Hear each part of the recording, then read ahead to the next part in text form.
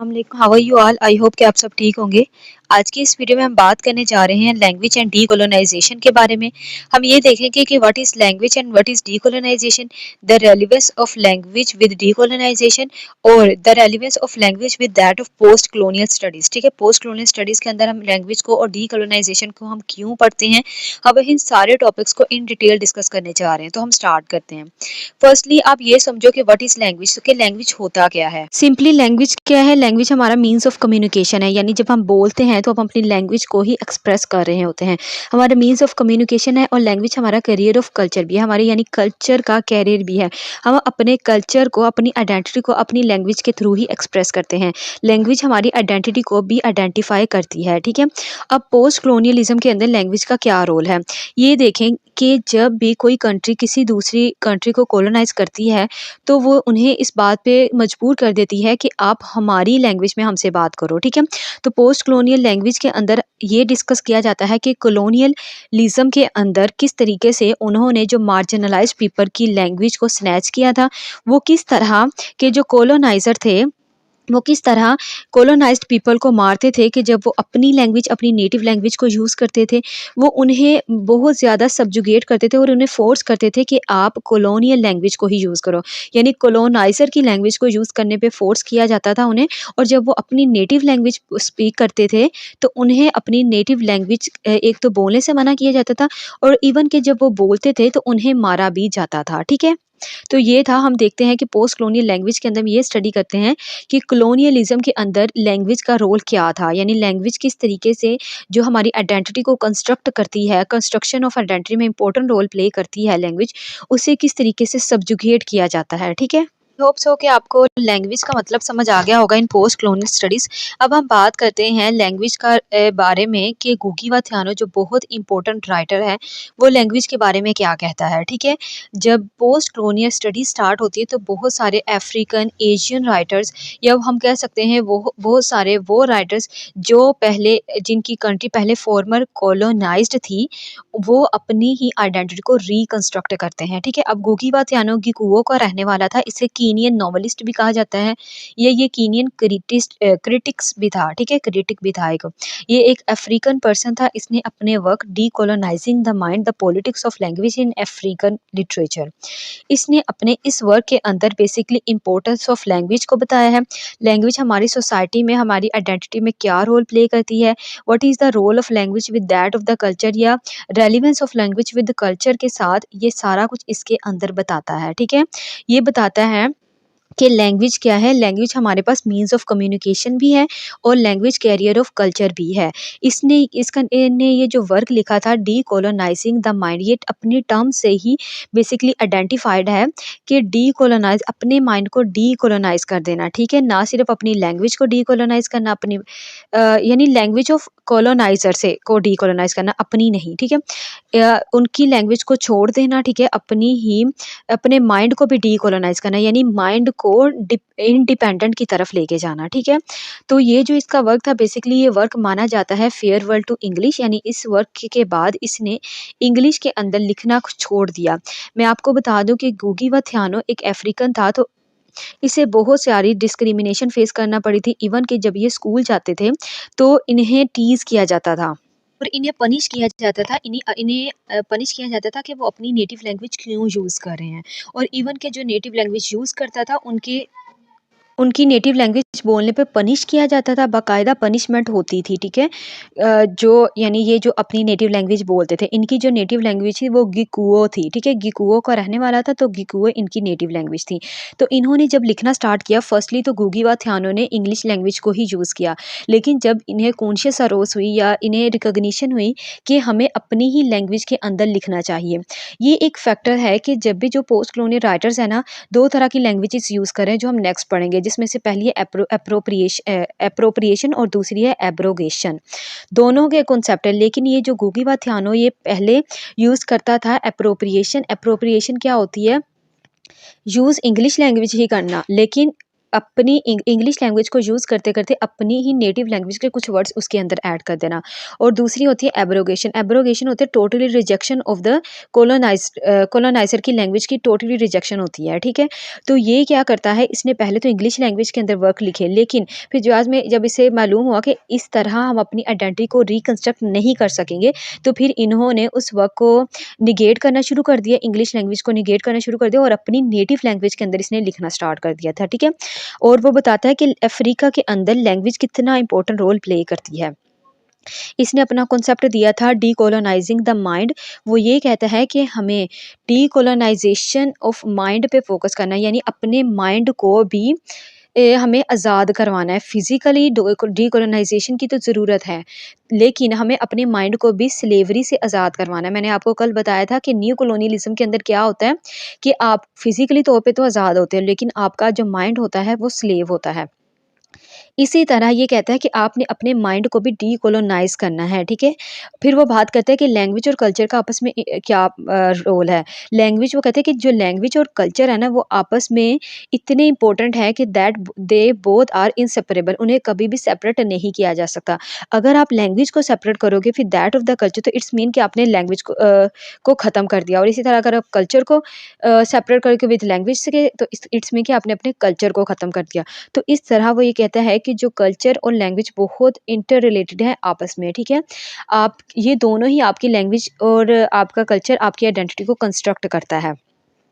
ये बताता है लैंग्वेज के बारे में और ये कहता है कि जब आपने वेस्टर्न की लैंग्वेज को हम यूज़ करते हैं तो क्या-क्या डिसएडवांटेजेस बेसिकली हम कह सकते हैं होते हैं। जिससे क्या होता है, हमारी नेटिव लैंग्वेज की अहमियत ख़त्म हो जाती है, नेगेटिव लैंग्वेज डिसअपीयर होना शुरू हो जाती है, जनरेशन गैप आ जाता है इसके अंदर, सुप्रीमेसी ऑफ इंग्लिश लैंग्वेज आ जाती है, ठीक है? नेटिव लैंग्वेज बैकवर्ड चली जाती है, जबकि जो हमारे पास अडॉप्टेड लैंग्वेज होती है वो फ्रंट पे आ जाती है, जिसकी वजह से आपकी इम्पोर्टेंस भी कम हो जाती है, ठीक है? इसलिए वो कहता है कि आपको लैंग्वेज और डीकोलोनाइज़ द लैंग्वेज एंड माइंड, यानी अपनी लैंग्वेज को भी डीकोलोनाइज़ करना है आपने और माइंड को भी। लैंग्वेज ऑफ डीकोलोनाइज़ेशन ऑफ लैंग्वेज का मतलब है कि आपने जो वेस्टर्न की इंग्लिश लैंग्वेज है या वेस्टर्न की जो भी लैंग्वेज आपने अडॉप्ट की है उससे बिल्कुल ख़त्म कर देना है। अगर आप उसे अपने वर्क के अंदर यूज़ भी कर रहे हो तो आपने नहीं करना, ठीक है? यानी लैंग्वेज को डीकोलोनाइज़ कर देना। उसके अगेंस्ट वॉइस रेज़ करना कि हमारी अपनी भी आइडेंटिटी है। जैसे कि शर्मन एलेक्सी क्या बात करता है अपने वर्क्स के अंदर, सस्क्वैच उसने एक पोएम लिखी, व्हाई वी प्ले बास्केटबॉल इसने पोएम लिखी, तो वो उसके अंदर अपनी आइडेंटिटी को रिकंस्ट्रक्ट करता है। वो बताता है कि हमारे पास अपनी भी लैंग्वेज थी, तो इसीलिए ये भी बात करता है गुगी बाथियानो कि लैंग्वेज को भी डीकोलोनाइज़ करो, अपनी लैंग्वेज को इम्पोर्टेंस दो, ठीक है? और अपने माइंड को भी डीकोलोनाइज़ करो, क्योंकि जब तक आपका माइंड डीकोलोनाइज़ नहीं होगा ना, आप आज़ादी नहीं ले सकते, ठीक है? जब आपका माइंड ही एक चीज़ पे सेट कर दिया जाता है, तो इट्स मीन कि आप उस चीज़ के स्लेव हो, ठीक है? और मैंने आपको बताया है जो गुगी व थियानो है बेसिकली वो एब्रोगेशन पे फोकस करता है। एब्रोगेशन क्या होता है, टोटली निगेट कर देना कॉलोनाइजर की लैंग्वेज को। और ये चीनवा एचबी जो अप्रोप्रिएशन का यूज़ करता था उससे भी क्रिटिसाइज करता है, यानी अपने पॉइंट ऑफ व्यू वो सामने रखता है और वो कहता है कि हमें एब्रोगेशन का यूज़ करना चाहिए। हम बात करते हैं नेक्स्ट वर्क की, जिसके अंदर हमें लैंग्वेज का इंपॉर्टेंट रोल देखने को मिलता है। अभी मैं सिर्फ आपसे लैंग्वेज की बात कर रही हूँ कि लैंग्वेज डीकोलोनाइजेशन ऑफ लैंग्वेज का मतलब क्या होता है, ये लैंग्वेज का पोस्ट कॉलोनियल स्टडीज़ के अंदर क्या रोल है, ठीक है? नेक्स्ट हम बात करते हैं इसके बाद डीकोलोनाइजेशन के बारे में। अभी हम बात कर रहे हैं लैंग्वेज के बारे में। ओके, तो लैंग्वेज के लिए यहाँ में एक और वर्क लिखा है, that is the empire writes back, ठीक है? एम्पायर राइट्स बैक के जो राइटर हैं बेसिकली 3 हैं, एक तो बिल एशक्रॉफ्ट है, दूसरा गैरेथ ग्रिफिन है, तीसरा हेलन टिफिन है। ये जो तीनों हैं ये बेसिकली इसके अंदर बात करते हैं, लैंग्वेज को एज़ अ पावर दिखाते हैं, यानी पावर ऑफ लैंग्वेज की बात करते हैं और राइट्स बैक की बात करते हैं। वो ये बताते हैं कि जो पोस्ट कॉलोनियल राइटर का इनकाउंटर बताते हैं विद द डोमिनेंट लैंग्वेज, यानी डोमिनेंट कॉलोनियल लैंग्वेज के साथ उनका इनकाउंटर बताते हैं। और इसके अंदर 2 टर्म्स के बारे में बात की गई है। पहली टर्म है एब्रोगेशन और दूसरी है एप्रोप्रिएशन, ठीक है? एब्रोगेशन मैंने आपको बताया क्या होता है कि total rejection of English language, अपनी नेटिव लैंग्वेज के बारे में लिखना, अपनी नेटिव लैंग्वेज को यूज़ करना in order to identify your और आइडेंटिटी, और अपने कल्चर को आइडेंटिफाई करने के लिए, ठीक है? अब एब्रोगेशन के अंदर हमारे पास एक एग्जांपल यहाँ मैंने लिखी है, फ्रांज काफ्का का वर्क था मेटामॉर्फोसिस, ठीक है? ये एग्जांपल है एब्रोगेशन की, जो बिल्कुल नेटिव लैंग्वेज के अंदर ये मेटामॉर्फोसिस वर्क लिखा गया है।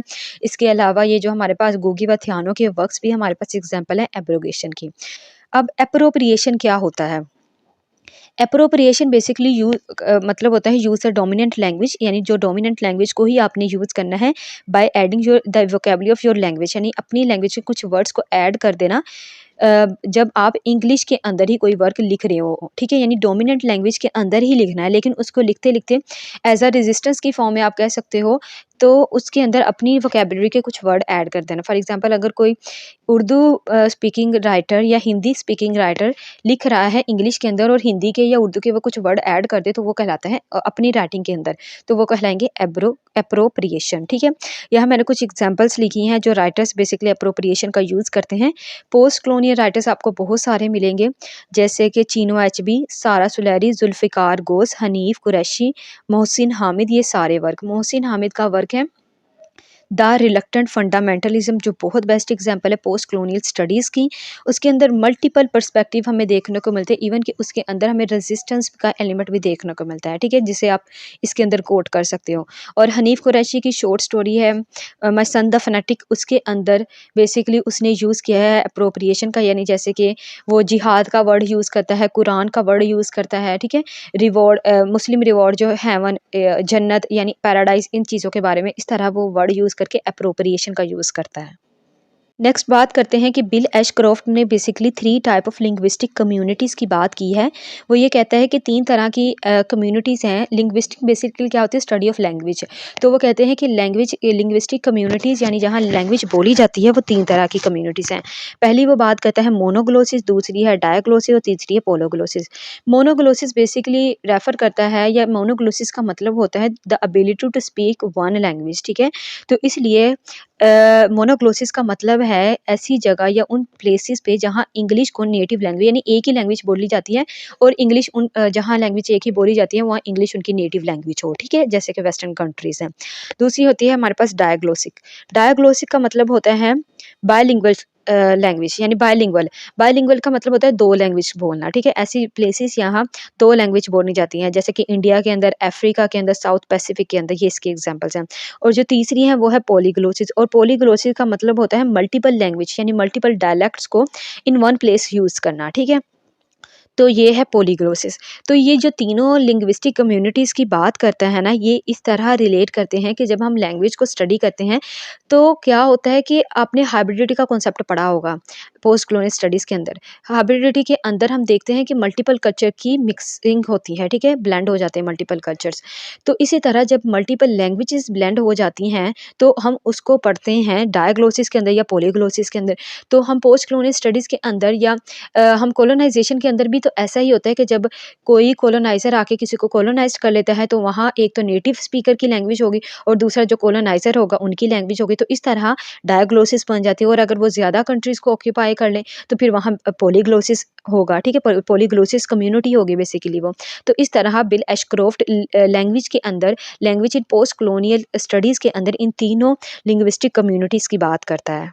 तो गेराल्ड विज़न, और बेसिकली इसने अपना वर्क लिखा था पोस्ट इंडियन वैरियर ऑफ सर्वियंस, ठीक है। उसके अंदर बेसिकली वो चैलेंज करता है stereotypical representation of native Americans, यानी जो नेटिव अमेरिकन की जो स्टीरियोटिपिकल रिप्रेजेंटेशंस हैं वो उनके बारे में बात करता है। अगर आपने शर्मन एलेक्सी को पढ़ा हो, तो शर्मन एलेक्सी भी तो यही कहता है कि हमारी आइडेंटिटी क्या थी। वो रेड इंडियंस की बात करता है जो बेसिकली नेटिव ऑफ अमेरिकन्स थे, किस तरीके से उन्हें आके उनके बारे में स्टीरियोटाइप्स क्रिएट की गई और फिर बाद में उनकी आइडेंटिटी को स्नैच कर लिया गया। तो ये भी इसी की बात करता है, ठीक है।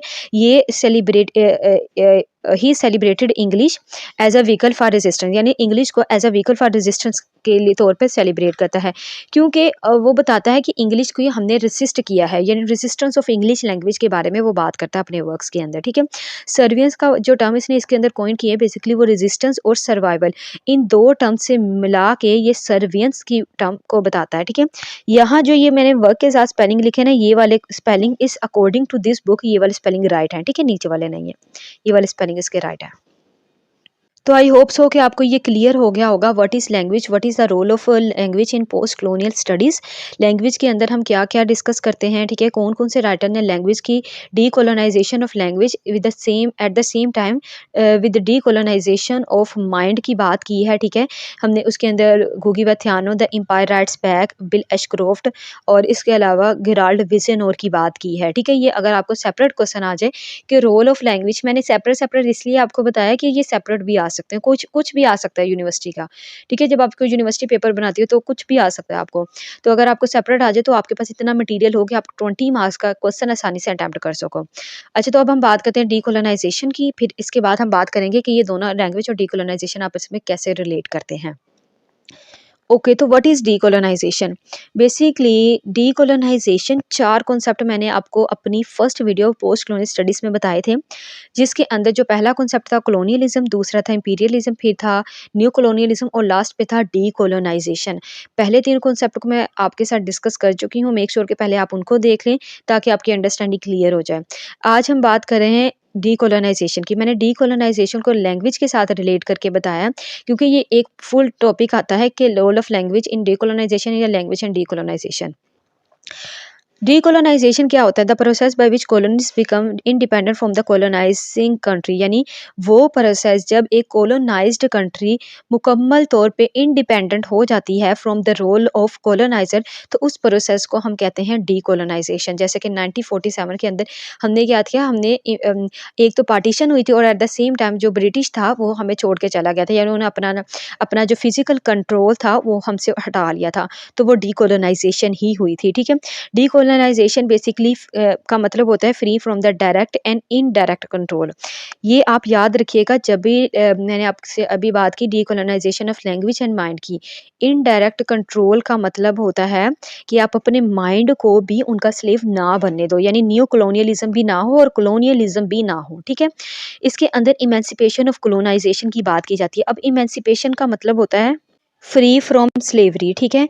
तो इसके अंदर इमेंसिपेशन ऑफ कॉलोनाइजेशन ज़ेशन की बात की जाती है कि आपने कॉलोनाइज़र की स्लेवरी से आज़ादी हासिल करनी है, सोशल, पॉलिटिकल, कल्चरल, साइकोलॉजिकल आज़ादी आपने हासिल करनी है। यानी इसके अंदर आज़ादी हासिल की जाती है फ्रॉम द इमेंसिपेशन ऑफ कॉलोनियलिज़्म। और फिर इसके अंदर आता है अबॉलिशमेंट ऑफ कॉलोनियलिज़्म। अबॉलिशमेंट का मतलब होता है किसी चीज़ को ऑफ़िशियली तौर पे एंड कर देना, यानी किसी चीज़ का मुकम्मल खात्मा कर देना। तो यहाँ हमें अबॉलिशमेंट ऑफ कॉलोनाइज़ेशन, यानी कॉलोनाइज़ेशन को आपने मुकम्मल तौर पे ख़त्म करना है, फ्री कंट्रोल लेना है, ठीक है?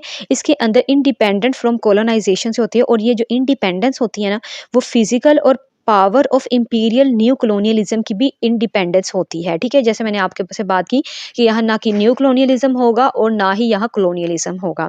Free from imperial rule to control its own domestic and international affairs, यानी आप अपनी कंट्री के मामलात खुद देखोगे, ठीक है? किसी के हाथ आपका सिस्टम नहीं होगा, सिस्टम कंट्रोल नहीं होगा, ना ही फिजिकली तौर पे आप कंट्रोल होगे। तो ये जो सारे पॉइंट्स यहाँ मैंने डिस्कस किए हैं, ये सारे पॉइंट्स बेसिकली एक फुल डेफिनेशन बनाते हैं या बात करते हैं डीकोलोनाइजेशन के बारे में। ये सारे पॉइंट्स को हम डीकोलोनाइजेशन के अंदर ही डिस्कस करते हैं। तो आई होप सो कि आपको ये अब समझ आ गई होगी कि डीकोलोनाइजेशन होता क्या है, ठीक है? अच्छा, तो यहाँ ना मैंने इस पॉइंट को और ज़्यादा अच्छे से क्लियर करने के लिए कुछ बैकग्राउंड, थोड़ा-सा बैकग्राउंड लिखा है डीकोलोनाइज़ेशन का। डीकोलोनाइज़ेशन का बैकग्राउंड हम देख सकते हैं कि rise of communism in Soviet Union के अंदर हमें देखने को मिलता है, इन फॉर्मर सोवियत यूनियन के अंदर। अब ये जो rise of communism, I hope so कि आपको कम्युनिज़्म का पता हो। मेक श्योर कि अगर आपको नहीं पता तो आप ना मेरे इस कम्युनिज़्म पे भी मैंने अपने चैनल पे वीडियो अपलोड की है। अगर आप चाहते हो तो आप उसे देख लो। तो बेसिकली कम्युनिज़्म क्या होता है? कम्युनिज़्म एक इक्वालिटी बेस्ड सिस्टम होता है, जिसके अंदर बात की जाती है कि जब आप इक्वल राइट्स पे बारे में बात की जाती है, ठीक है? उसके अंदर एक्सप्लॉयटेशन को ख़त्म करने की बात की जाती है। और कार्ल मार्क्स, फ्रेडरिक एंगल्स और व्लादिमीर लेनिन जैसे राइटर्स जो थे, उन्होंने ये जो थ्योरी दी थी, और वो एक्सप्लॉयटेशन ऑफ द मैसेज या एक्सप्लॉयटेशन ऑफ मैसेज के बिल्कुल अगेंस्ट थे, ठीक है? वो यानी वो चाहते थे कि लोगों को इक्वल राइट्स दिए जाए, वो भी डीकोलोनाइज़ चाहते थे, यानी लोगों को इक्वल राइट्स दिए जाएँ, एक्सप्लॉयटेशन को ख़त्म किया जाए, कैपिटलिज़्म सिस्टम को ख़त्म किया जाए। तो यहाँ से हम देखते हैं इसकी रूट्स हमें देखने को मिलती है। और फिर इसके बाद कुछ पोस्ट इंडिपेंडेंट अफ्रीकन थिंकर्स थे। यहाँ टाइपिंग मिस्टेक है यहाँ और यहाँ। ठीक है, यहाँ थिंकर्स आएगा और यहाँ एक्सप्लॉयटेशन आएगा। ओके, तो कुछ थिंकर जैसे क्वामा कुरुमा हो गया, गुगी व थियानो, इन्होंने फिर बहुत सारे चैलेंजेस को फेस किया था इन पोस्ट कॉलोनियल अफ्रीकन स्टेट्स के अंदर जब इन्होंने डीकोलोनाइजेशन की बात की या सो ऑन। ठीक है। अब कुछ फैक्टर्स जो होते हैं डीकोलोनाइजेशन का बेसिकली सबब बनते हैं। अब आप अचानक से बात करो कि हमने डीकोलोनाइजेशन लेनी है। मैंने आपको बताया प्रीवियस वीडियो में, जब फ्रांस फैनन बात करते हैं कि जो कोलोनाइजेशन है ना वो एक प्रोसेस ऑफ वायलेंस है और वायलेंस को आप वायलेंस से ही ख़त्म कर सकते हो, ठीक है? तो इसके अंदर हम उसकी भी बात करेंगे फ्रांस फैनन की। तो बेसिकली डीकोलोनाइजेशन क्या होता है, एक क्रूअल प्रोसेस होता है और किसी भी जो आप पे रूल कर रहा हो कभी भी ऐसा नहीं होता कि आप उससे आज़ादी ले लो। अब कुछ ऐसे फैक्टर, कुछ ऐसी कॉजेज़, कुछ ऐसे हम कह सकते हैं रूट्स, कुछ ऐसी बातें, कुछ ऐसे फैक्टर्स बने जिससे हमें डीकोलोनाइज़ेशन का स्टार्ट देखने को मिला, ठीक है? अब उसके अंदर क्या है, नेशनलिस्टिक मूवमेंट, कुछ नेशनलिस्टिक मूवमेंट स्टार्ट होना शुरू हो गई थी। जैसे कि हमारे पास पाकिस्तान और इंडिया को सेपरेट करने के लिए कुछ नेशंस सेपरेट हो गए थे, उन्होंने अपनी-अपनी मूवमेंट स्टार्ट कर दी, ठीक है? फिर इसके अंदर effect of second world war बहुत ज़्यादा था। ये जो effect of second world war है, ये बेसिकली रिलेट करता है विद इकोनॉमिक प्रेशर के साथ, ठीक है? या ग्लोबल शिफ्ट ऑफ इकोनॉमी, हम ये भी इसे कह सकते हैं। अब effect of second world war क्या हुआ, जब सेकंड वर्ल्ड वार हो रही थी बेसिकली इसके अंदर फ्रांस और जर्मनी का बहुत इंपॉर्टेंट आपको पता है हाथ रहा है। जब जर्मनी ने ऑक्यूपेशन करना, इन्वेशन करना स्टार्ट कर दी थी फ्रांस पे, तो क्या था कि जर्मनी के पास इतने सोर्सेस नहीं थे लेकिन फ्रांस उस वक्त सुपर पावर था। तो जब आहिस्ता आहिस्ता ये सारे ही 5 जितने साल के 1939 से 1945 तक जितने साल भी ये सेकंड वर्ल्ड वार रही, वहाँ पे बहुत ज़्यादा टैंक और बहुत ज़्यादा पिस्टल्स, बॉम्ब्स वगैरह पे जो ज़ाहिर-सी बात मनी ही वहाँ पे खर्च होती है। तो जिसकी वजह से जो पावरफुल कंट्रीज़ थी, उनकी जो इकोनॉमी थी वो डाउन होती चली गई और वो वही पावरफुल कंट्री थी जो कॉलोनाइज़र थे। तो इस तरह सेकंड वर्ल्ड वार ने भी इफ़ेक्ट किया डीकोलोनाइज़ेशन को, क्योंकि जो पावरफुल कंट्री जो कॉलोनाइज़र था, वो इकोनॉमी के तौर पे वीक हो गया था। अब इनके पास इतना वो नहीं था कि वो एक कॉलोनाइज्ड कंट्री को चला सकें। और एट द सेम टाइम हम ये भी देखते हैं कि आउटसाइड प्रेशर बहुत ज़्यादा था। After the second world war जो ग्लोबल पावर थी ना वो शिफ्ट हो रही थी। यूएस इमर्ज हो रहा था, यूएस जैसी बहुत बड़ी-बड़ी कंट्रीज़ इमर्ज हो रही थी, सुपर पावर बन रही थी, ठीक है? जिन्होंने इन्हें आउटसाइड प्रेशर डालना शुरू कर दिया, यानी जिन्होंने आउटसाइड प्रेशर डालना शुरू कर दिया कि आप कंट्री को आज़ाद करो, ठीक है? तो इस तरह हम देखते हैं बड़ी-बड़ी कंट्रीज़ का भी प्रेशर था इन पे, पावर भी शिफ्ट हो रही थी, इनके पास इतने पैसे भी नहीं थे, ठीक है? और फिर सेकंड वर्ल्ड वार का इफ़ेक्ट था और कुछ नेशनलिज़्म मूवमेंट भी थी। कुछ लोगों ने अपने राइट्स के लिए बात करना भी शुरू कर दी थी, अपने आप को डीकोलोनाइज़ करने के लिए बात करना भी शुरू कर दी थी। जैसे कि हम पाकिस्तान की हिस्ट्री देख लें, तो हिस्ट्री के अंदर क्या है, सबकॉन्टिनेंट के अंदर किस तरीके से अपने राइट्स के लिए बात करना शुरू की गई। कायदे-आज़म किस तरह से कायदे-आज़म ने अपने जो मैसेज है उन्हें स्प्रेड किया, गली-गली में जाके सबको स्प्रेड किया, तो इस तरह मूवमेंट स्टार्ट हुई थी, ठीक है? तो ये जो मूवमेंट है अफ्रीका के अंदर भी स्टार्ट हुई, फिर पाकिस्तान तो बाद में बना, ये सब कॉन्टिनेंट के अंदर भी स्टार्ट हुई। तो इस तरह हम देखते हैं कि ये मूवमेंट स्टार्ट्स हुई, कुछ नेशनलिज़्म, कुछ सेकंड वर्ल्ड वार के इफ़ेक्ट, इन सब फैक्टर्स ने मिलके डीकोलोनाइज़ेशन को स्टार्ट किया, ठीक है? तो इस तरह हम देखते हैं कि डीकोलोनाइज़ेशन स्टार्ट हुई। बेसिकली ये फैक्टर्स भी हैं, हाउ डीकोलोनाइज़ेशन स्टार्ट। तो आप इस क्वेश्चन के अंदर इसको भी आसानी से ऐड कर सकते हो विद द मेन हेडिंग जो मैंने आपको बताई है, ठीक है? अब ये यहाँ मैंने कुछ क्रिटिक्स लिखे हैं डीकोलोनाइजेशन के अंदर, जैसे कि एडवर्ड सैड है, फ्रांस फैनन है और इसके अलावा एल्बर्ट मैमी है, चिनुआ एचबी, ये सारे राइटर्स अपने इन वर्क्स के अंदर डीकोलोनाइजेशन की बात करते हैं। हम इन्हें एज अ क्रिटिक भी ऐड कर सकते हो और एग्जाम्पल्स के तौर पे भी ऐड कर सकते हो। वीडियो थोड़ी-सी लंबी हो गई है, बट ये है कि आज का जो मेरा पर्पस था डिफाइन करने का लैंग्वेज एंड डीकोलोनाइजेशन का, हम उसको इन डिटेल देख रहे हैं, ताकि ये हमारा जो टॉपिक है अच्छे से समझ आ जाए। हमें ना आप नेट से या गूगल से जहाँ भी उठा के देखो ना, आपको इस इन जो टॉपिक है लैंग्वेज एंड डीकोलोनाइजेशन से रिलेटेड बहुत सारा मटेरियल मिल जाएगा। लेकिन आपको ये कभी ये एग्ज़ैक्ट मटेरियल जो मैं आपको प्रोवाइड कर रही हूँ, ये नहीं मिलेगा कि कौन से राइटर ने अपने किस बुक के अंदर क्या-क्या बात की थी, क्या-क्या बेसिक फैक्टर थे, किस तरह मैं आपको डीप जाके हर एक कॉन्सेप्ट बताती हूँ, ठीक है? तो ये है कि मेरा बताने का मकसद यही होता है कि आपको अच्छे से समझ आ जाए। अगर आप कोई एक टॉपिक कर ही रहे हो, तो उस टॉपिक को आप अच्छे से समझ जाओ, ताकि वो आपको हमेशा के लिए याद रहे, कि आपको समझ आ जाए वो टॉपिक का मतलब क्या था, ठीक है? कुछ फैक्टर्स होते हैं, कुछ बेसिक कोटेशन के थ्रू या कुछ राइटर्स के थ्रू, ठीक है?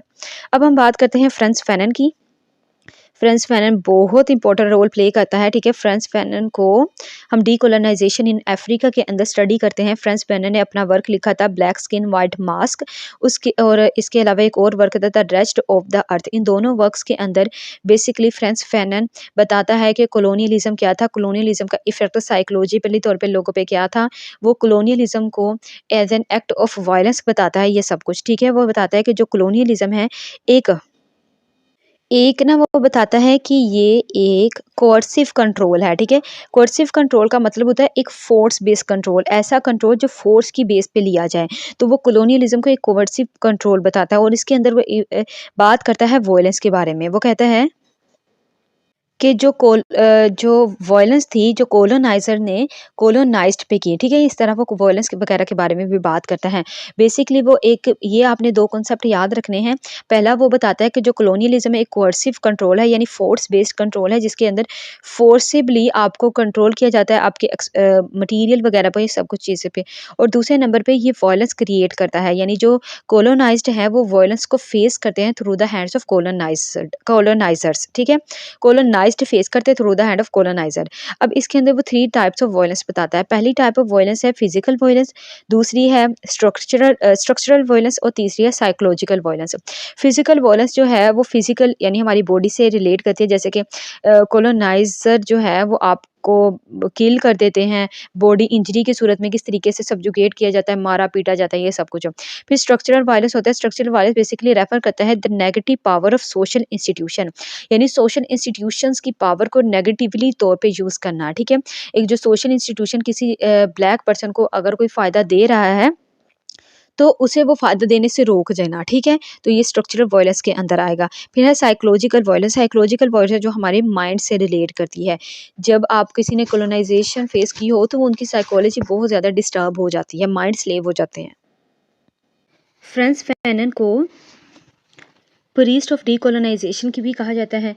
ये बेसिकली फ्रांस फैनन के जो कॉन्सेप्ट है वो वायलेंस के साथ बहुत ज़्यादा इन डीकोलोनाइजेशन रिलेट किए जाते हैं। वो कहते हैं कि जो एक तो ये कि जो कोलोनाइजेशन है ये वायलेंस बेस्ड प्रोसेस है, फिर वो वायलेंस की जो मैंने आपको बताई कैटेगरीज की बात करता है, और फिर वो ये भी कहता है कि जो true liberation according to the Fanon must be accompanied by violence, यानी जो लाइब्रेशन है वो किस वजह से, जो डीकोलोनाइजेशन है, जो लाइब्रेशन है वो वायलेंस से ही मुमकिन है। अगर वो आप पे वॉयलेशन करते हैं, यानी आपको सब्जुगेट करते हैं कॉलोनाइज़र, तो जो आपकी डीकोलोनाइजेशन की जो स्ट्रगल है वो भी वायलेंस पे ही बेस करती है, यानी वायलेंस फिर भी दोबारा होगा। जब आप डीकोलोनाइज करोगे फिर भी वायलेंस होगा, फिर भी आपको सब्जुगेट किया जाएगा, फिर भी आपको क्योस वगैरह फेस करना पड़ेगा। तो बेसिकली वो इसकी बात करते हैं, ठीक है, कि वायलेंस वो कहते हैं violence plays an important role, a crucial role in the decolonisation struggle के अंदर।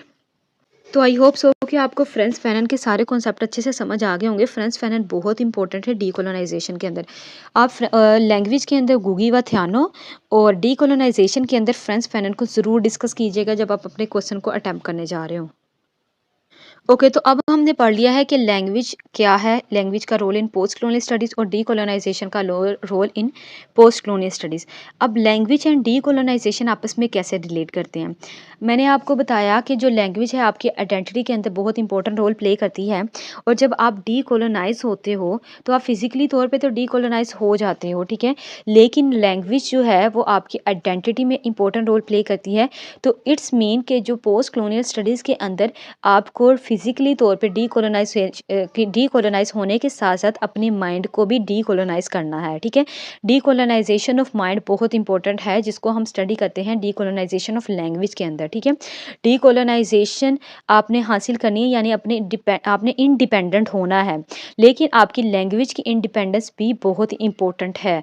तो इस तरह हम स्टडी करते हैं पोस्ट कॉलोनियल स्टडीज़ के अंदर लैंग्वेज एंड डीकोलोनाइजेशन को, कि ये जो मैंने आपको सारे राइटर डिस्कस किए, एडवर्ड सैड, गुगी व थ्यानो, फ्रांस फैनन, गेराल्ड विजनो, ये पोस्ट कॉलोनियल राइटर्स थे, और ये क्या करते हैं, ये पोस्ट कॉलोनियल स्टडीज़ के अंदर बात करते हैं कि हमारी लैंग्वेज थी, ठीक है, वो अपनी लैंग्वेज को रिकंस्ट्रक्ट करते हैं by using the techniques of appropriation, abrogation, और वो ये बात करते हैं कि डीकोलोनाइजेशन किस तरीके से पॉसिबल है, ठीक है। और इवन कि बहुत सारे जो अभी भी कंट्रीज़ हम देख सकते हैं कि जो जो कंट्रीज़ कॉलोनाइज़ेशन का शिकार होती हैं। अब ये देखें, आप फ्रेंच फैनन को ले लें, तो फ्रेंच फैनन क्या बात करता है, वो बताता है कि डीकोलोनाइज़ेशन कैसे पॉसिबल है, ठीक है? ये कोई आसान बात तो है नहीं कि सुबह आप उठे और आप डीकोलोनाइज़ हो गए। एक स्ट्रगल इसके अंदर लगती है, कुछ मूवमेंट्स लगती हैं, ठीक है? तो ये सारी बातें इसके साथ रिलेट करती हैं। तो आई होप सो कि आपको ये सारे कॉन्सेप्ट्स क्लियर हो गए होंगे कि पोस्ट कॉलोनियल स्टडीज़ के अंदर लैंग्वेज एंड डिकोलोनाइजेशन का क्या रोल है। तो आज की इस वीडियो में बस इतना ही। नेक्स्ट वीडियो में हम बात करेंगे इंशाल्लाह पोस्ट कॉलोनियल स्टडीज़ के बारे में, यानी पोस्ट कॉलोनियल स्टडी का जो फर्स्ट लेक्चर पे मैंने पहले 2 मिनट की जो मैंने वीडियो रिकॉर्ड की थी, उस वीडियो को मैं कल वाइंड अप करने जा रही हूँ। यानी मैंने आपको बताया था कि पोस्ट कॉलोनियल स्टडीज़ को समझने से पहले हमें 4 कॉन्सेप्ट समझने ज़रूरी हैं। तो उन चारों कॉन्सेप्ट पे आज हमारी वीडियोस कंप्लीट हो चुकी हैं। अब हम बात करेंगे ओवर आर पोस्ट कॉलोनियलिज़्म पे, ठीक है? अगर आपने ये चारों कॉन्सेप्ट अपने क्लियर कर लिए हैं, तो इट्स मीन कि आपका पोस्ट कॉलोनियलिज़्म का जो क्वेश्चन है ना, कि रेलेवेंस ऑफ पोस्ट कॉलोनियलिज़्म होता क्या है, कब स्टार्ट हुई, कब तक है, ये सब कुछ तो आपका कवर हो जाएगा, ठीक है? तो इंशाल्लाह हम नेक्स्ट वीडियो में बात करते हैं अब पोस्ट कॉलोनियलिज़्म के बारे में। अपना बहुत सारा ख़्याल रखिएगा। अगेन अपने दुआओं में मुझे भी याद रखिएगा, फ़लस्तीन को भी याद रखिएगा। जितनी हो सके इस मैसेज को स्प्रेड कीजिएगा। वीडियो को शेयर करके अपनी भी और दूसरों की भी मदद कीजिएगा, ठीक है? बहुत सारा ख़्याल रखिएगा, दुआ में याद रखिएगा। अल्लाह हाफ़िज़।